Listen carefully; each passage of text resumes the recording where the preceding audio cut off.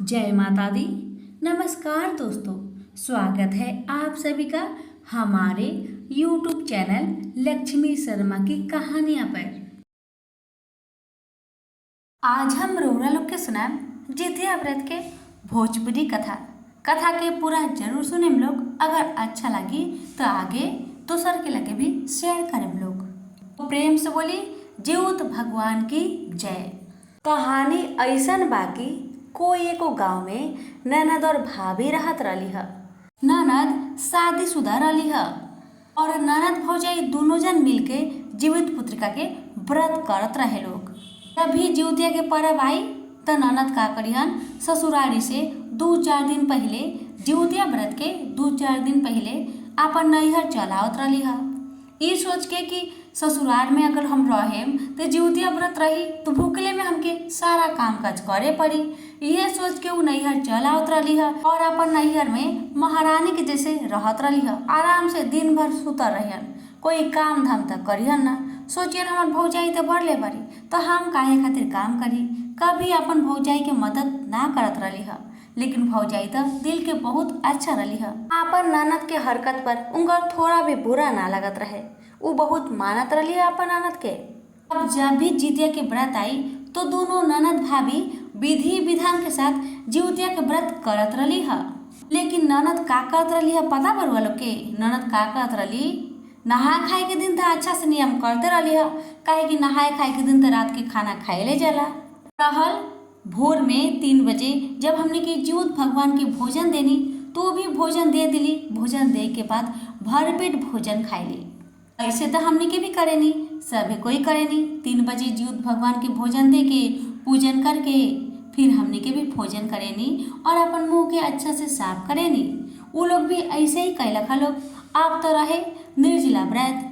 दिन भर ननद और भाभी दोनों जन मिलके उपवास रहेला लोग और शाम के समय में नहा धोआ के जीउत भगवान के पूजा करेला लोग और कथा के सुनेला लोग। अब जब रात होला तो का होला पता बा? ननद आपन एगो कमरा में सुतल रहेली और भौजाई आपन दोसर कमरा में सुतल रहेली। अब होला ई कि घर परिवार खातिर तो खाना पीना बनले रहे। 2 जन व्रत रहे ना, ननद और भाभी, तो घर में और भी आदमी रहे ना, सास ससुर सब कोई तो बा। वो लोग खातिर तो खाना बनाए के रहे तो खाना बनल रहे। अब खाना बनल रहे तो का होला, जब रात होला नु भौजाई तो सोच जाली और ननद आधा रात के उठ के का करेली, पेट भर के खाना खा लेली और पानी पी के सुत जाली। अब ऐसे करे से का होला, ननद के तो व्रत टूट गई। अब व्रत टूटे से का भइल कि ननद जब भी गर्भ धारण करत रही है उनकर जिउतिया व्रत के प्रभाव से बेटा तो होत रहे, लेकिन बेटा 4-5 दिन जी के मर जात रहन। लेकिन उधर भौजाई उधर विधि विधान से जिउतिया के व्रत करेली, इसलिए उनकर गर्भ धारण होला था, उनकर भी पुत्र होला। जीउत भगवान की कृपा से भगवान उनकरा के भी बेटा दिलन, लेकिन उनकर बेटा बहुत सुंदर स्वस्थ हष्ट पुष्ट होला और उनकर बच्चा के आयु लंबा भी होला। अब तो ऐसे ही दिन बीते लगेला। अब जब भी जिउतिया के व्रत आई तो ननद वैसे ही करिहन। जिउतिया के व्रत तो करिहन, लेकिन आधा रात के का करिहन कि भर पेट लुका के भोजन करके पानी पी के सो जाइहन। यही कारण से ननद के कोई भी संतान जियत ना रहे।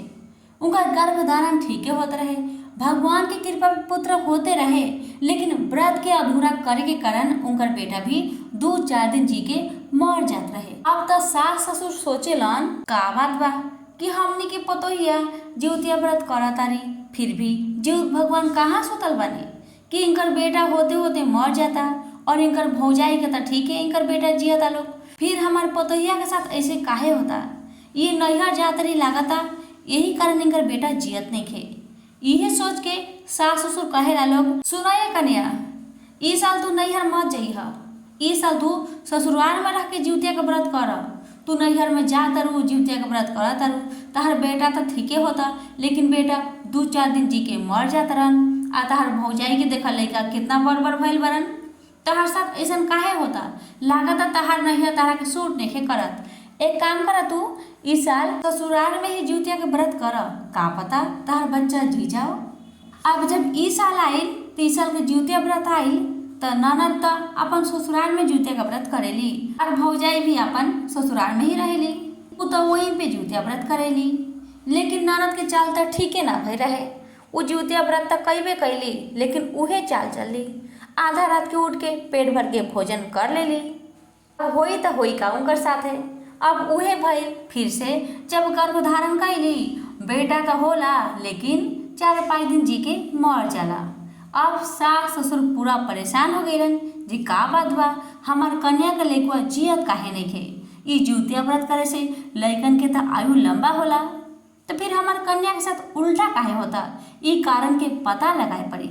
यह पता लगाए खातिर सास ससुर लोग का करेला लोग। उहे गांव के कुछ दूर में एगो बाबा के आश्रम रहे। दोनों सास ससुर मिलके उहे बाबा के आश्रम में गए लोग। बाबा के गोर छुके प्रणाम करल लोग और अपन पतोहिया के सारा कहानी बाबा से सुनावल लोग। तो बाबा तो बहुत ज्ञानी रहनी। हाँ, उहे समय बाबा अपन आँख के बंद करके ध्यान लगा के देखेनी तो उनकर तो सारा कहानी मालूम चल जाला। जो उनकर पतोहिया तो जितिया के व्रत करेली लेकिन अधूरा करेली, तो उनकर बेटा कैसे जीहन। अब साधु बाबा कहेनी राउर पतोहिया तो जितिया का व्रत ठीके करेली लेकिन अधूरा करेली। वो का करेली, निर्जला व्रत के दिन राति खाने पेट भर के खाना खा के पानी पी के सूत जाली। तो उनकर साथ अब का होई रुआ लोग बताई। राउर पतोहिया तो व्रत के तोड़ देता रही और झूठ मूठ के कहेली हम व्रत करतानी। इतना दिन से उनकर साथ ऐसा होता। उनकर बेटा 2-4 दिन तक जियता, उनकर अभी भी अकल ठिकाने ना आई। आपन पतोहिया से बोली रुआ लोग, वो अगर जितिया के व्रत विधि विधान के साथ नियम पूर्वक करिहन तो उनकर बेटा जरूर जी जइहन। जीवत भगवान की कृपा जरूर है उनकर पे। उनकरा के समझाई उनकर सभी मनोकामना पूर्ण होई। अगर जितिया का व्रत नियम पूर्वक करिहन, भगवान के प्रसन्न करिहन तो उनकर भी मनोकामना पूर्ण जरूर होई। अब साधु महाराज के बात सुन के सास ससुर घर में आएला लोग। मन उदास करके आएला लोग कि हमार कन्या कैसन निकल गई। ई व्रतो करेले तो कैसे करेले, आधा रात के उठ के भोजने कर लेतिया। अब सास ससुर का करेला लोग, नैहर में फोन कर देला लोग कन्या के, उनकर भौजाई को बुलाएला लोग और उनकर भौजाई के सारा कहानी बताएला लोग कि राउर ननद ऐसे करके व्रत करेली। जितिया व्रत तो करेली लेकिन निर्जला व्रत के दिने राति खाने भोजन करके सूत जाली, यही कारण उनकर बच्चा जियते नहीं खे। अब भौजाई कहेली अच्छा ऐसन बात बा, ठीक बा इस साल जब जितिया व्रत होई ना हमें चले अपन ननद के लगे और वहीं पे रह के हम अपन ननद के साथ ही रहे और उनकर पे नजर रखें और नियम पूर्वक उनकर से भी जितिया के व्रत हम करवाएं। रुआ लोग चिंता मत करी, सब कुछ ठीक हो जाई।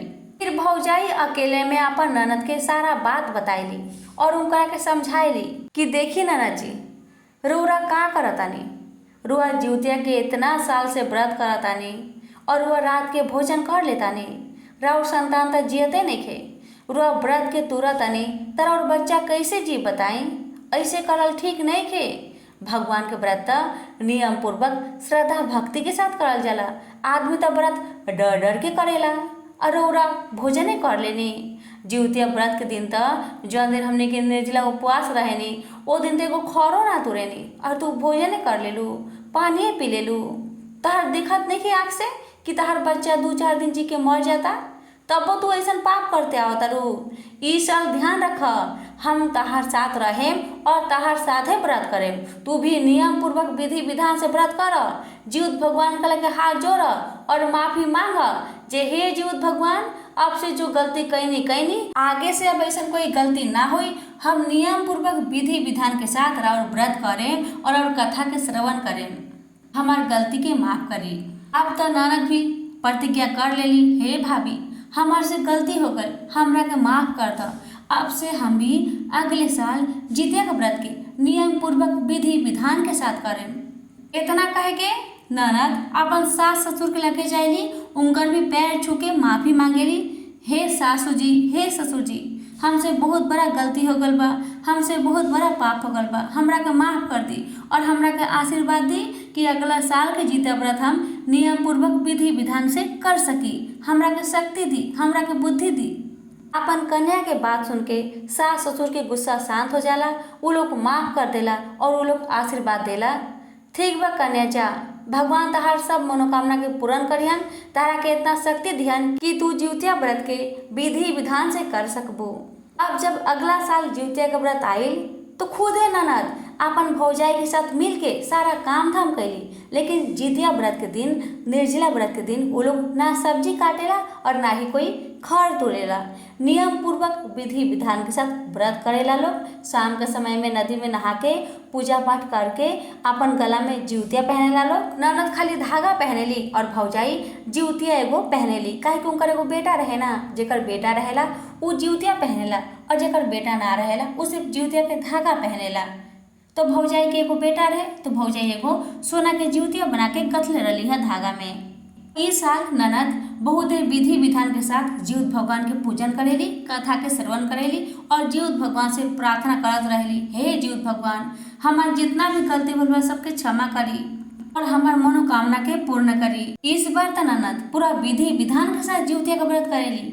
दिन भर रात भर जिउत भगवान से प्रार्थना करत रहेली, उनकरे ध्यान लगा के रहेली। ई बार के व्रत से त जिउत भगवान बहुत प्रसन्न भइनी। फिर दोनों ननद भाभी सुबह जब होला घर में पूजन पाठ करके गरम गरम भोजन बना के पारण करेला लोग। अब पारण करे के बाद कुछ दिन बाद फिर ननद गर्भ धारण करेली। इस बार उनकर बच्चा तो बेटा होला, स्वस्थ होला, हष्ट पुष्ट होला और जी जाला। अब तो ननद के खुशी की ठिकाना ना रहे। ननद अपन ससुराल में खुशी पूर्वक रहे लगली और हर साल नियम पूर्वक जिउत पुत्रिका के व्रत करे लग गई और गांव में ये बात फैला दिली कि जे भी माई जिउत पुत्रिका के व्रत करो, नियम पूर्वक करो, श्रद्धा भक्ति से करो, उनका सभी मनोकामना जिउत भगवान जरूर पूरा करे। हे जिउत भगवान, जैसे रोरा ननद पे कृपा कैनी, उनकर गलती की क्षमा कैनी, वैसे ही जितना माताएं जिउत पुत्रिका के व्रत करेली, अगर उनकर से कभी गलती से भी गलती हो जाओ ओकरा के माफ करी, उनकर संतान के रक्षा करी। जेकर संतान बा ओकर संतान के रक्षा करी, जेकर संतान नहीं के ओकरा के संतान दी। तो प्रेम से बोली जिउत भगवान की जय, जिउत मैया की जय। अब रोरा लोग सुने चील और सियारन के जितिया व्रत कथा। कथा बहुत सुंदर बा, पूरा था जरूर सुनी। कथा ऐसे बाकी बहुत समय पहले की बात बा कि नर्मदा नदी के सामने कंचनवटी नाम के एगो नगर रहे। वो नगर के राजा का नाम रहे मलाई केतु। नर्मदा नदी के पश्चिम में बलुहाटा नाम के मरुभूमि रहे, जेमे पता बा बहुत बड़का एगो पाकर के गाछ रहे। पाकर के गाछ रहे, वे गाछी में एगो चील रहत रही है और गाछी के नीचे एगो गुफा रख। गुफा छोटा सा गुफा रहे, वही में एगो सियारन भी रहत रही है। दोनों जन साथे रहते रहते दोनों जन अच्छा सहेली बन गए रहे लोग। एक दिन की बात बा कि चील नदी के किनारे गए रहन पानी पिए खातिर, उनकर लागा रहे प्यास। वो दिन का रहे पता बा, वो दिन जितिया के व्रत रहे। बहुत सारा महिला वो टाइम में नदी के किनारे जाके जिउतिया व्रत करत रही है, पूजन करत रही है। तो चील नदी के आस पास के जो एगो गाछ रहे वे गाछ में बैठ के पूजन के देखत रही है। चील में इतना शक्ति रहे कि महिला लोग के बात समझे आवत रहे उनकर। महिला लोग बात करत रहे कि व्रत बेटा खातिर करल जाला, बच्चा के लंबा आयु खातिर करल जाला। तो चील भी सुनत रही है, सबके पूजा पाठ कैसे करल जाला ओके देखत रही है, समझत रही है। वह देख के उनकर मन में भी आए काश हम भी जितिया का व्रत कर सकती। तो वह देख के वो मन में ठान लेली जे हम तो जिउतिया का व्रत जरूर करें, अपन बच्चा के सलामती खातिर जिउतिया का व्रत जरूर करें। सब महिला पूजन पाठ करके जब घर चल जाली तो चील भी वहाँ से पानी पी के चल आवेलन। अब अगला साल मन में ठान लेलन कि हम जिउतिया का व्रत करें। अब व्रत करे से पहले चील का करेलन, सियारिन से पूछलन, सियारिन तू भी जिउतिया का व्रत करा ना। जिउतिया का व्रत करे से बच्चा के आयु लंबा होला, जिउत भगवान की कृपा से बच्चा के रक्षा होला, बच्चा शक्तिशाली होला। हम जिउतिया का व्रत करें, तू भी करा। जिउतिया का व्रत आए वाला बा, हम के दोनों जन मिल के जिउतिया का व्रत करेंगे। अब चील के बात सुन के सियारिन कहली ठीक बा, चला सहेली तहार कहे से हम भी जिउतिया का व्रत कर लेतानी। और जब जितिया का व्रत आइल चील सियारिन दोनों जन भूखल रही है लोग। का भइल पता बा? ओही दिन का भइल जे उहे गांव के एगो बहुत ही धनवान सेठ के मृत्यु हो गई और उनकर दाह संस्कार भी उहे मरुस्थल पर कल जाला जहाँ चील और सियारन रहत रहे लोग। त जैसे आधा रात होत जाला, सियारिन के भूख लाग जाला, उ त मुर्दा के देख के आपन भूख के रोके ना सकेली और उनकर व्रत टूट जाला। तो जाके भर पेट मांस खा लेली और उनकर व्रत टूट जाला। पर चील त विधि विधान से संयम रख के व्रत के पूरा करेलन और अगला दिन सुबह के समय में नदी में जाके डुबकी लगा के फिर पारण करेलन। तो ऐसे ही दिन बीते लागल। कुछ समय बाद चील और सियारन दोनों की मृत्यु हो जाला। मृत्यु के बाद दोनों सहेली यानी कि चील और सियारन एगो ब्राह्मण परिवार में बेटी के रूप में जन्म लेला लोग और उनकर पिता का नाम रहेला भास्कर। चील का बनेली बड़ी बहन बनेली और उनका नाम रहेला सीलवती और सीलवती के शादी बुद्धिसेन के साथ होला और सियारन छोटा बहन के रूप में जन्म लेले रहेली। उनका नाम रहेला कपूरावती। उनकर शादी उहे नगर के राजा मलाई केतु से भल रहेला। इहे कारण से कपूरावती कंजनवटी नगर के रानी बन जाली। भगवान जीमूत वाहन के आशीर्वाद से सीलवती के 7 बेटा होला और कपूरावती के सभी बच्चा जन्म लेला मगर मर जाला। कुछ समय के बाद का होला कि सीलवती के 7 बच्चा जब बड़ा हो जाला तो वो लोग राजा मलाई केतु के दरबार में काम करे लागेला लोग। वो लोग के देख के कपूरावती के मन में हिंसा के भावना आ जाला कि उनकर कोई बेटा नहीं है और उनका बड़ा बहन के तो बाप रे बाप 7 को बेटा बा। ये सोच के उनकर बहुत जलन होला। ये जलन के मारे वो का करेली पता बा? राजा से कहे के यानी कि अपन पति से कहे के सभी बच्चन के सर के कटवा देली और नया नया बर्तन मांग के वही में सर सबके रख के लाल कपड़ा से ढक के अपन बड़ बहन सिलवती के पास भेजवा देली। ये देख के जीवत भगवान से रहल ना जाला काहे कि चील तब पिछले साल जीवतिया के व्रत के पूरा विधि विधान से कैले रहेली। उनकरे व्रत के फल से उनकरे व्रत के शक्ति से जीवत भगवान का करेनी मिट्टी से माटी से 7 भाई के सर बनाएलन और सभी सर के यानी कि 7 भाई के माथा के धड़ से जोड़ के उमे अमृत छिड़क देलन जैसे उ लोग में जान आ जाला। 7 भाई जिंदा हो जाला लोग और खुशी मन से घर आवेला लोग। और जो कपूरावती यानी कि रानी सर भेजले रहेली अपन बड़का बहन के लगे उ तो बहुत अच्छा फल बन जाला। और उधर का होला कपूरावती मन में सोचेली कि हम तो अपन बड़की बहन सिलवती के 7 बेटा के सर तक कटवा देले बानी और बहन के घर में भेजवा देले बानी। बहन देखियन तो उनकर कलेजा फाट जाई। ये देख के तो हमार मन में बहुत खुशी मिली। अब इंतजार करत रही कि कब उनकर बहन के कलेजा फाटो, रोए के माथा पीटे के आवाज उनकर कान में आओ ताकि उनकर थोड़ा शांति मिलो।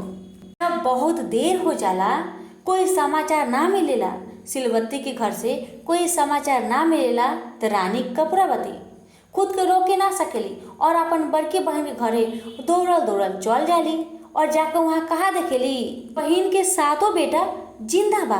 ई देख के तो बहुत चौंक जाली तो वहीं पे माथा घुमा के गिर के बेहोश हो जाली।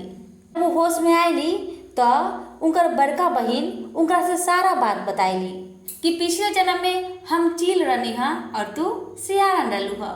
हम तो नियम पूर्वक जीवतिया के व्रत कैले रहनी हा और तू तो व्रत के तोड़ देलू हा। जीवतिया व्रत के दिने मांस खा के अपन व्रत के तोड़ देलू हा। यही कारण तार बच्चा होत नहीं खे और होता था जियत नहीं खे और हम व्रत नियम पूर्वक कैनी हा बोल के हमार बेटा जीवित बा। जब अपन बड़की बहन से कपूरावती ई सारा कहानी सुनेली तब उनकर बहुत पछतावा होला, बहुत दुख होला। अब भगवान जीवत वाहन के कृपा से सिलवती के वो जगह भी याद आ जाला जहाँ सिलवती चील के रूप में रहत रही है और कपूरावती सियारन के रूप में रहत रही है। अब तक सिलवती अपन छोटी बहन के कपूरावती के वह पाकर के गाछी के लगे लेके जाएली और वहाँ के सारी कहानी बताएली। ये सब जान के कपूरावती वही पे बेहोश हो जाली और उनकर जान निकल जाला।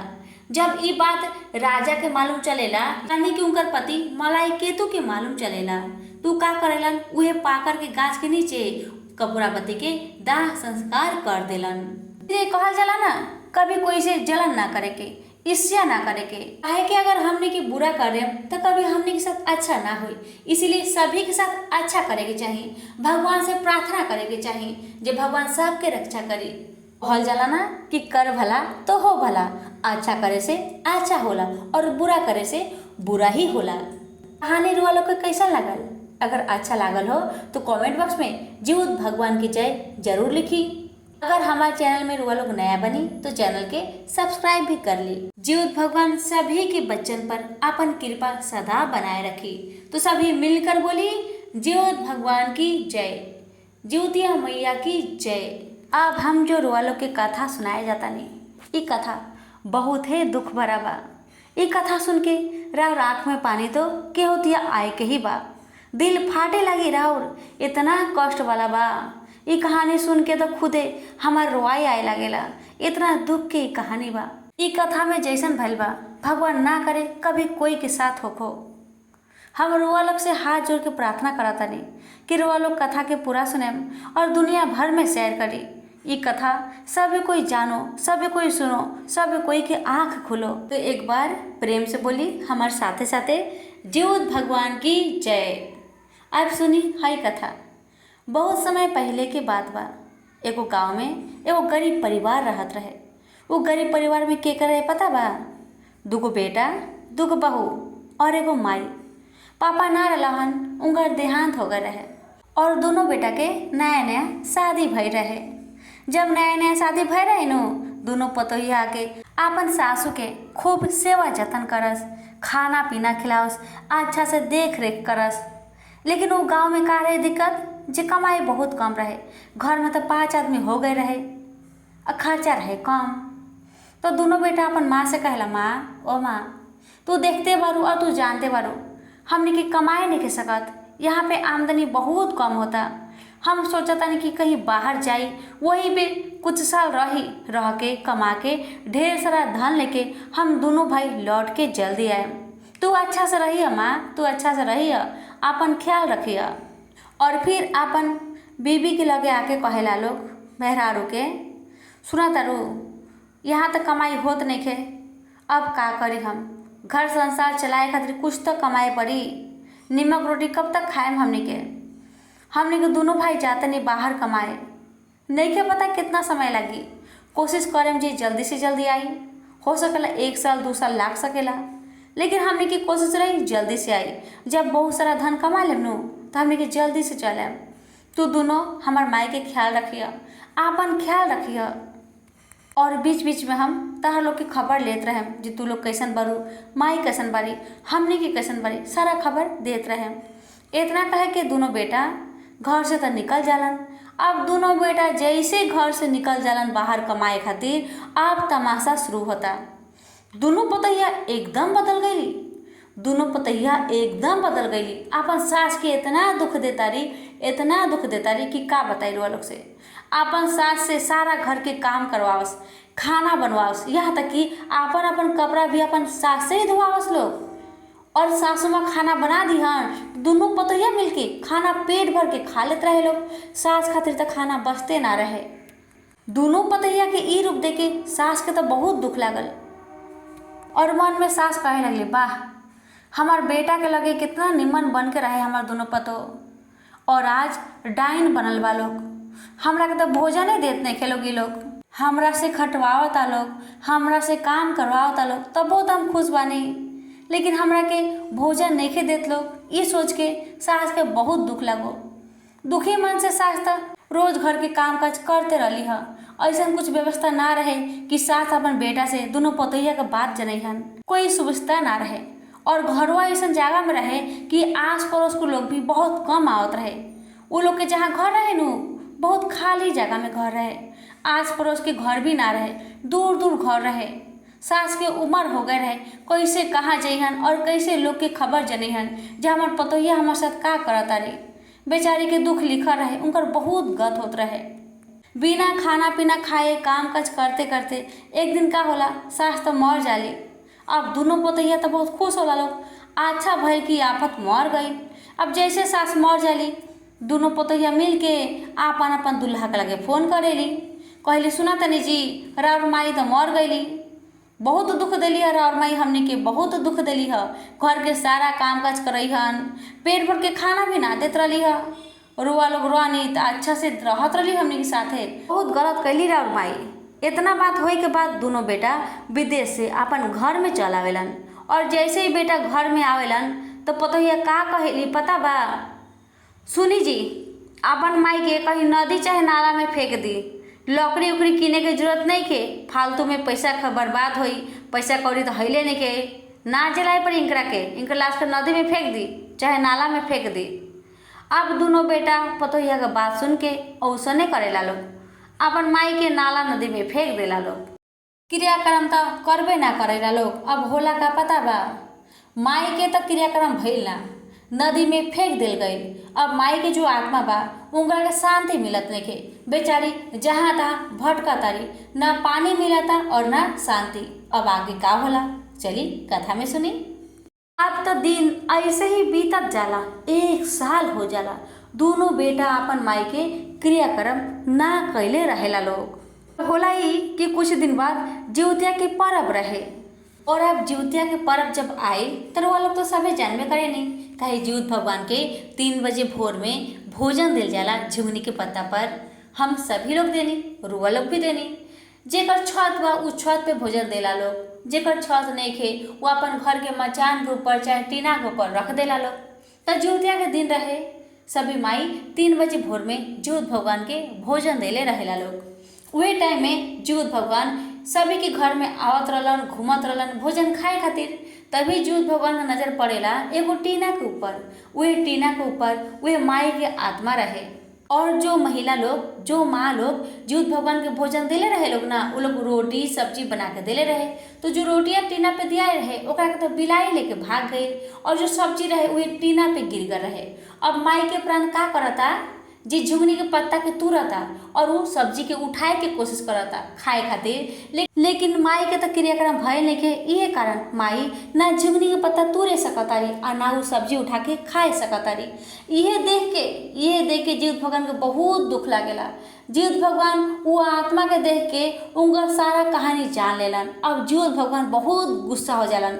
गुस्सा के कारण जिउतिया व्रत के दिने जिउत भगवान का करे नहीं पता बा, बेटा पतो के घर के सारा पानी के सारा अन्न के समाप्त कर देनी, सबके गायब कर देनी। गायब करे के पीछे कारण ही बा जे बेटा बहू के भगवान जी सबक सिखाए चाहत रहनी हा। अब जिउत भगवान कैसे सबक सिखाएनी दोनों पतोहिया के और बेटा के। होला ई जे जिउतिया के दिन रहे, वो दिन जिउत भगवान के कोप के कारण उनकर घर के सारा जल और अन्न समाप्त हो जाला। अब दोनों पतोहिया तरपता लोग पानी खातिर, जहाँ तहाँ छान मारता लोग जे पानी कहीं से मिल जाओ। दोनों पतोहिया जल्दी से कुआं पे जाएली और जैसे ही पानी भर के उठाएली वैसे ही पानी सूख जाला। कैसे ना सूखी पानी, माई के तो क्रियाक्रम भइल ना, गया भइल ना, दान कैली ना, तुमकरा के सजा मिले के रहे। ये सब जिउत भगवान के कोप के कारण होत रहे। इसीलिए कोई भी पतो के अपन सास ससुर के कभी दुख ना दे के चाहिए, चाहे माँ बाप हो चाहे सास ससुर हो, कभी दुख ना दे के चाहिए। अच्छा करे से अच्छा होला, बुरा करे से बुरा होला। हमेशा अच्छा करे के चाहिए ताकि आदमी के आगे के जीवन अच्छा से बीतो, खुशी खुशी बीतो। हमेशा यही कोशिश करे के चाहिए। अब तो इधर दोनों पतोहिया पानी खातिर तरपतारी, उधर सास वो भी बेचारी पानी खातिर तरपतारी। बेटा लोग तो क्रियाक्रम कईबे ना कैलन तो पानी कैसे मिली, उनकर लाश के तो नदी में फेंक दिया गई तो कैसे उनकर शांति मिली। उधर माई अशांत बाड़ी, इधर दोनों पतों के जिउत भगवान अशांति देले बानी। अब जैसे रात होला जिउत भगवान दोनों बेटा के सपना में जाके कहेनी, देखा तू लोग तो अपन माई के साथ बहुत गलत कैला, माई के नदी में फेंक दिला, ना क्रियाक्रम कैला ना गया कैला, तहर माई की आत्मा तो जहाँ तहाँ भटकत बा। एक बूंद पानी खातिर न पानी मिला था ना शांति मिला था तहर माई के, इसीलिए तहर दोनों बीबी के हम अशांति देले बानी। अगर तू अपन भलाई चाहेला तो अपन माई के क्रियाक्रम करावा, वरना तहर लोग के साथ भी बहुत गलत हुई। कैसन बेटा बाला तू लोग, कैसन बेटा बारा, माई के जिंदगी में शांति ना दिला, मरे के बाद भी शांति ना दिला। इतना कह के जिउत भगवान अंदर ध्यान हो गई नी और अब उधर दोनों पतोहिया के सपना में गई नी। अब दोनों पतिया से का कहते नहीं भगवान, अच्छा लागल दिन भर उपवास रह के बिना पानी के तरफ के, अच्छा लागल सोचा तहर सास 1 साल से पानी खातिर तड़पतारी, उनकर कैसन लागता बतावा, उनकर आत्मा जहाँ तहाँ भटकता, उनकरा के तू लोग शांति ना देलू तो तू लोग के शांति कहाँ से मिली, तू लोग भी भोगा तो लोग के भोगे पड़ी। सपने में ही दोनों बहू हाथ जोड़ के जीउत भगवान से माफी मांगे ला लो और कहे ला लोग, हे भगवान हमसे गलती हो गल, हमने के माफ कर दी, हमने के सासू माँ के क्रिया और गया सब कुछ करवाए, रुआ हमने के माफ करी। तो भगवान कहे नहीं ऐसे माफी ना मिली, जब तक तहार सास के शांति ना मिली तब तक तू लोग शांति से ना रहबो। अब दोनों पतोहिया फिर से जीउत भगवान के हाथ जोड़ के माफी मांगे लागे ला लो, हे भगवान माफ कर दी हमने के माफ कर दी। तब जीउत भगवान कहे नहीं ठीक बा हम तहरा के माफ करें, तू एक काम कर, जैसे ही सुबह होई वैसे ही गरम गरम भात बना के गरम गरम भात के खइया और पानी खूब पीहा। साथ में ये भी कहे नहीं भगवान कि अगला साल से तू लोग भी ज्योतिया के व्रत कर और अच्छा भोजन बना के मरवाला लोग के चिरो सियारन के ज्योत भगवान के भोजन दिह और नियम पूर्वक व्रत करिह, तबे तू लोग के घर में शांति रही वरना ना रही। अब तो भगवान के कहे अनुसार दोनों पतहिया जैसे सुबह होला वैसे ही गरम गरम भात बना के गरम गरम भात थोड़ा सा खा ला लोग और पानी तो खूब पिए ला लोग। वो लोग जितने पानी पिए था उतने ही सास के आत्मा के थोड़ा थोड़ा ठंडक मिला था। अब ऐसे करके दिन बीते लागल, लेकिन पतोहिया लोग और बेटा लोग थोड़ा अशांत रहत रहे लोग, कि जीउत भगवान अभी भी थोड़ा नाराज रहने। अब जैसे अगला साल आयल, जीउत भगवान के कहे अनुसार दोनों पतोहिया नियम पूर्वक विधि विधान के साथ ज्योतिया के व्रत करेला लोग और जो सास के पसंद रहे वह भोजन बनाएला लोग और वह भोजन के 3 बजे भोर में झिंगुनी के पत्ता में देला लोग। अब नियम पूर्वक व्रत करे से विधि विधान से पालन करे से जीउत भगवान प्रसन्न भइनी, तब से उ लोग के घर में शांति बनल शुरू हो गए। उ लोग खुशी से जिए लागल, उ लोग के घर में अन्न धन के भंडार भरे लागल। दोनों पतैया के एगो जीउत भगवान की कृपा से बेटा भी हो गल। तो बोली प्रेम से जीउत भगवान की जय। हे जीउत भगवान, हम जो ई राउर कथा सुनावतनी, जितना लोग भी सुनाता ओकर पर ओकर परिवार पर आपन कृपा सदा बनाए रखेम और हम जे ई कथा सुनावतनी हम पर भी आपन कृपा बनाए रखेम। अगर हमसे कोई गलती भल हुई तो ओकर माफी करेम। प्रेम से बोली जीउत भगवान की जय।